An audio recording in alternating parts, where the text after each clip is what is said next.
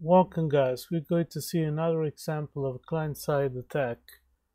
This time we'll perform it by using an exploit that creates a malicious skin to add to Winamp in Windows XP Service Pack 3 or Windows 7 Service Pack 1.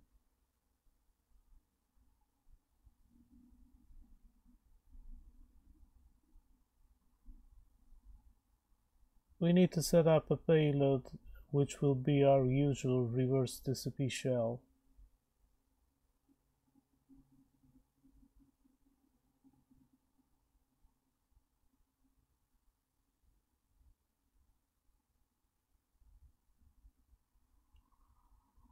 By now you guys should be familiar with this exploit, so I'm going to set up the only option here that it's the local host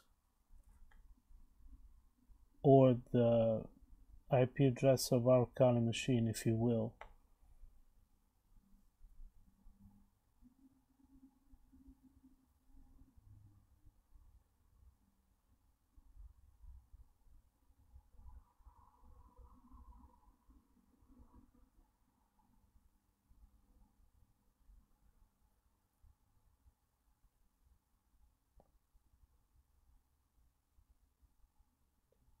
We're now going to launch the exploit which creates this file.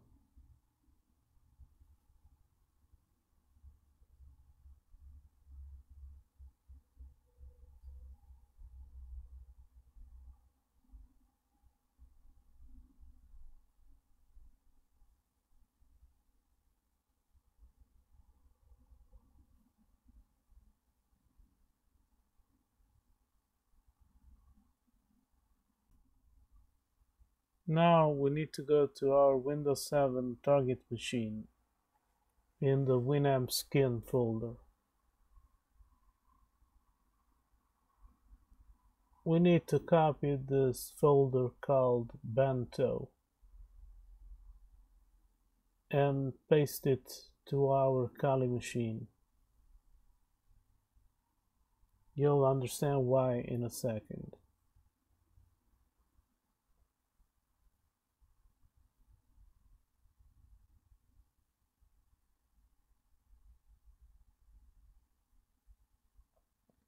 We renamed the folder on Kali to Rocky Ship, and we now copy the file we just created with our exploit to the script subdirectory inside the Rocky Ship directory here on the desktop.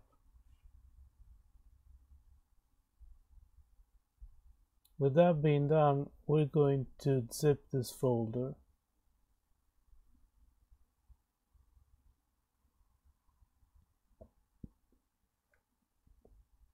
And now we're going to copy the directory to our web server directory so we can access it through our web browser on Windows 7.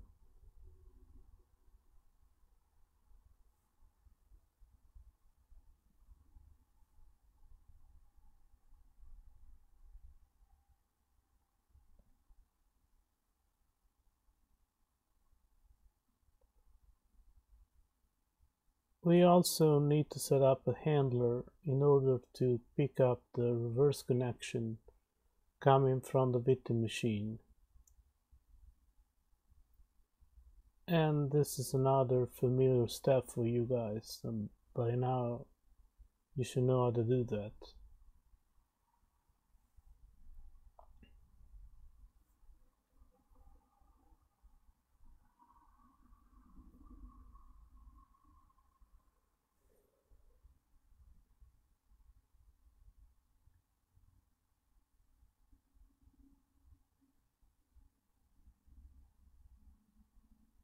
Last but not least, we need to make sure to start our Apache server on Kali.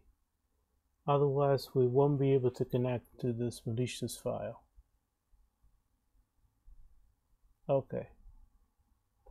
You see that we have the default Apache 2 server page on Windows 7 when I connect to the root of the remote host.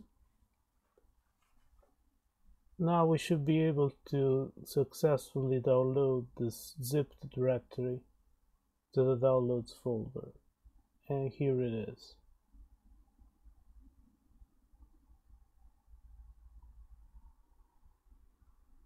What we want to do now is to uncompress this folder to Winamp skin,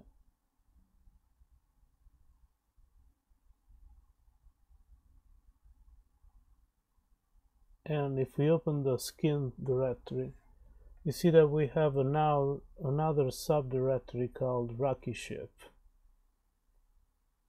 So we added the skin to Winamp.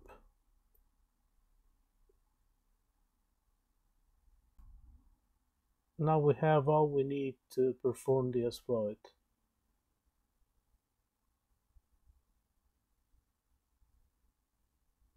So we're going to launch the exploit from Kali, and at the same time open this new Winamp skin on Windows 7.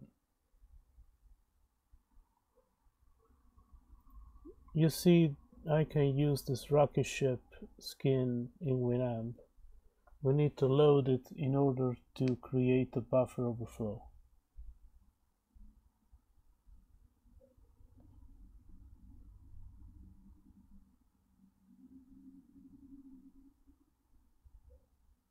Notice how I was a little too hasty in launching the exploit, because I didn't actually run Winamp, and without that no session will be created.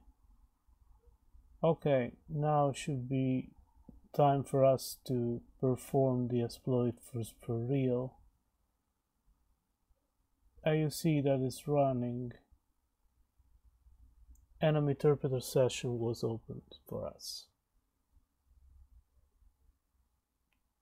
We can now see that I'm in through this Winamp process and as Georgia user.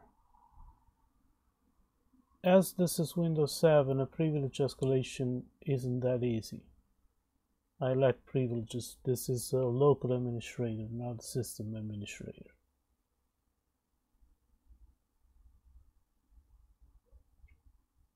You'll notice that only processes related to the user Georgia are shown.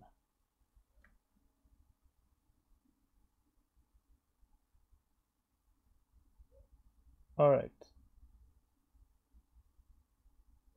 So we need first to migrate to a more stable process in order to prevent our session from dying, because Winamp crashed and a user could decide to kill it from Task Manager, which will abort our session. So I've backgrounded the session, and now I'm going to use a different exploit, bypass UAC, to achieve a privilege escalation. You see what it does from the description here.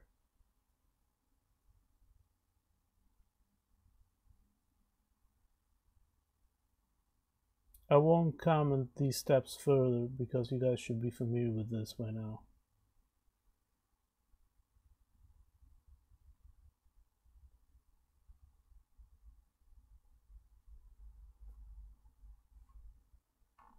Okay, I only need to change a parameter here, it was wrong.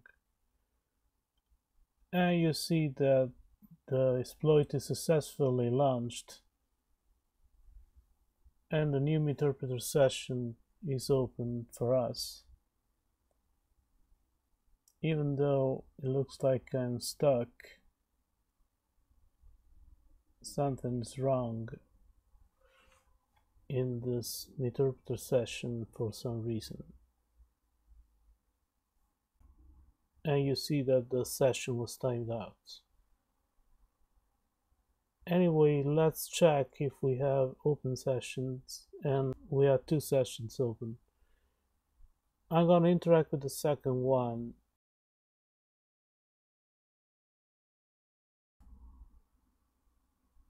I should be able to get a privilege escalation, which I can, in fact, with the system administrator now.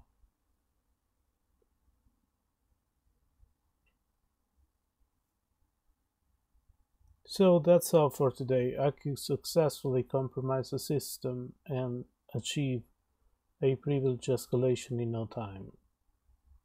I hope you enjoyed this video, and I'm gonna keep talking about client-side attacks in other upcoming posts.